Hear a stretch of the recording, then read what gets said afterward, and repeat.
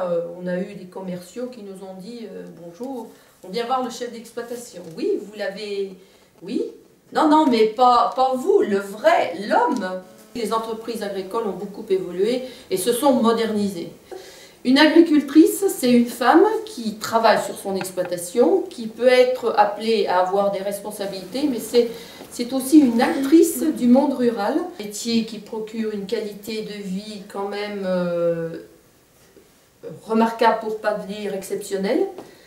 Nous sommes chefs d'exploitation, chefs d'entreprise, on est fermière, on est comptable, on est secrétaire, on est vétérinaire à nos heures, infirmière. Et j'ai rencontré mon mari qui était lui-même agriculteur en production laitière. On s'est posé la question un peu comment on allait s'organiser par rapport aux horaires et aux disponibilités. Et je me suis vite rendu compte que finalement, si je voulais privilégier la qualité de vie, eh bien, il valait mieux que je choisisse le métier d'agricultrice parce que c'est un métier où on travaille sur son lieu de vie, mais on vit sur son lieu de travail.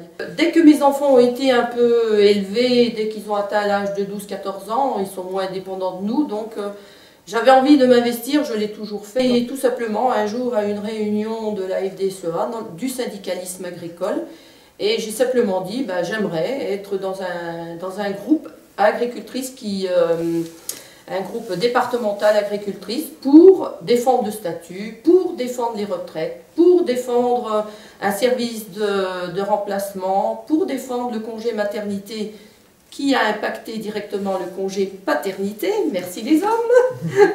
Et voilà, pour tout ça, pour avoir une part économique, pour pousser un peu le statut des agricultrices un peu au devant de la scène, parce que c'est un monde, on peut le dire, qui était un peu macho, qui peut le rester si on n'y prend pas garde. J'ai eu la chance qu'en Saône-et-Loire, les hommes ont été très très ouverts et très rapidement ils nous ont inclus dans leur panorama. L'école est proche du terrain, proche du territoire, proche des hommes et des femmes.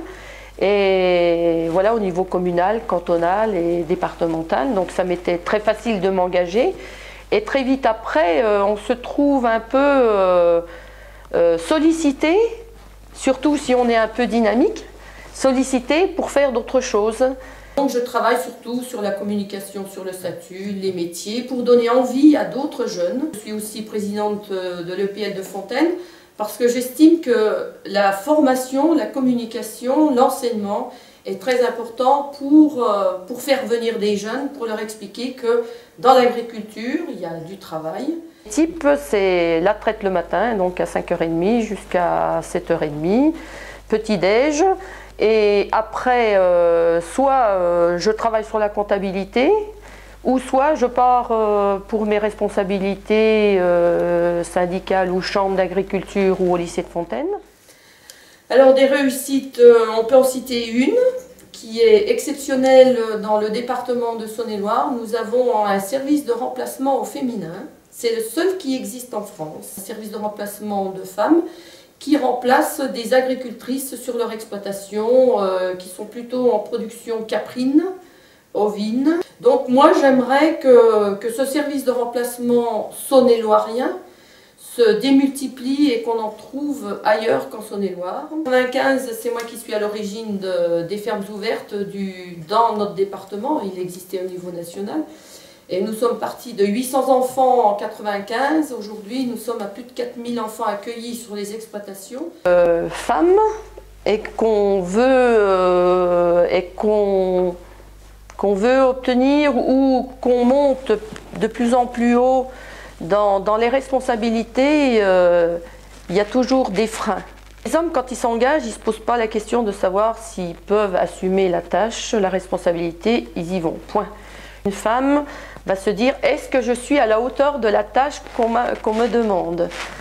Donc on se met des freins nous-mêmes, déjà. Les freins, ils peuvent venir de la famille. Moi j'ai eu la chance d'avoir des responsables agricoles féminines qui m'ont dit il faut y aller parce qu'il y a ça à faire, on croit en toi, c'est important. Le bilan que je pourrais dresser, c'est que aujourd'hui je suis ravie enchantée de la vie que j'ai eue. Je me dis que j'ai eu énormément de chance tout le temps. Voilà. Depuis le moment où je suis née, presque, parce que j'ai eu une enfance où j'ai été choyée par des parents et un frère. Ensuite, au niveau de mon mariage et de ma vie d'agricultrice en tant que femme, je me dis que j'ai fait le bon choix. J'ai réussi à concilier ma vie professionnelle et ma vie familiale. Alors pourquoi? Parce que ça s'est fait petit à petit. C'est un travail de longue haleine, de concilier les deux, c'est pas toujours évident. Si j'ai pris autant de place pour mes responsabilités, c'est parce que j'en avais la possibilité. Mon boulot, je le fais le matin tôt, je le fais le soir quand je rentre, mais c'est parce que grâce aussi à deux fils qui sont sur l'exploitation, aussi grâce à mon mari qui est là, qui a très bien compris parce que lui-même est engagé au niveau du conseil municipal, engagé dans d'autres responsabilités. Et tout le monde a bien compris le sens de l'engagement et m'aide ou me facilite la tâche. C'est extrêmement important d'aller voir ailleurs et de s'ouvrir l'esprit. Les agricultrices, les jeunes qui s'installent aujourd'hui font les mêmes études que les garçons, s'installent souvent en individuel, alors soit avec des chèvres, soit avec des vaches ou d'autres choses en viticulture.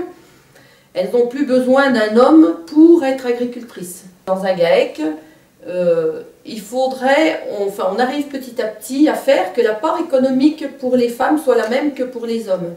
Il y a aussi le problème de la retraite, des retraites. Les retraites des agricultrices ne sont pas au même niveau que les retraites des agriculteurs. Ma fille qui n'a pas fait ce choix-là, qui a voulu travailler à l'extérieur, aujourd'hui elle me dit, tu sais maman, je te regarde et je vois que tu es bien dans tes bottes, finalement ça me donne envie.